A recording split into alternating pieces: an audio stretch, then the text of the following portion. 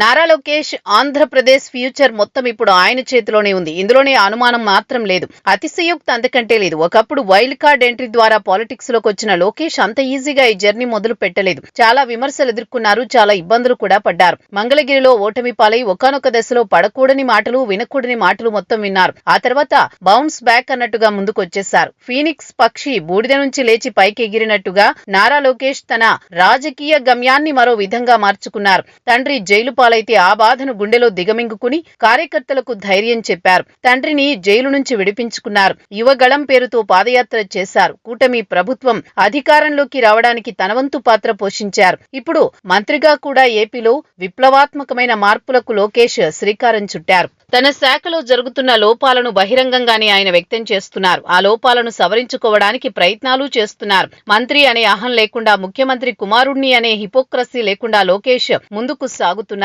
బుధవారం ఏపీ రాష్ట్రానికి చెందిన ఎమ్మెల్యే ధూళిపాళ్ల నరేంద్ర కూతురు దీప్తి వివాహం జరిగింది. ఈ వివాహానికి లోకేష్ హాజరయ్యారు. తెలంగాణ ముఖ్యమంత్రి రేవంత్ కూడా ఈ కార్యక్రమానికి వచ్చారు. ఈ నేపథ్యంలో పెళ్లి మండపంలో నూతన వధువరులను లోకేష్ ఆశీర్వదించారు. ఈ సమయంలోనే దీప్తిని ఉద్దేశించి నియోజకవర్గాల పునర్విభజనకు గురవుతున్నాయి. మహిళలకు 33% రిజర్వేషన్ లభించబోతోంది. అలాంటప్పుడు మీరు సిద్ధంగా ఉండాలి. వచ్చేసారి ఎన్నికల్లో పోటీ చేసి ఎమ్మెల్యేగా గెలవాలని అన్నారు. ఆ మాటలు విన్న ధూళిపాళ్ల నరేంద్ర ఒక్కసారిగా ఆశ్చర్యపోయారు. నా సీటుకే ఎసురు పెడుతున్నావా బాబు అంటూ నరేంద్ర లోకేష్ ను ఉద్దేశించి అన్నారు. వీరిద్దరి మధ్య సంభాషణ విని తెలంగాణ ముఖ్యమంత్రి రేవంత్ రెడ్డి కూడా గట్టిగా నవ్వారు. దీంతో పెళ్లి మండపంలో నవ్వులు విరిశాయి. దీనికి సంబంధించిన వీడియో సోషల్ మీడియాలో విపరీతంగా సర్క్యులేట్ అవుతోంది. అంతేకాదు లోకేష్ కామెడీ టైమింగ్ మామూలుగా ఉండదని టీడీపీ నేతలు వ్యాఖ్యానిస్తున్నారు.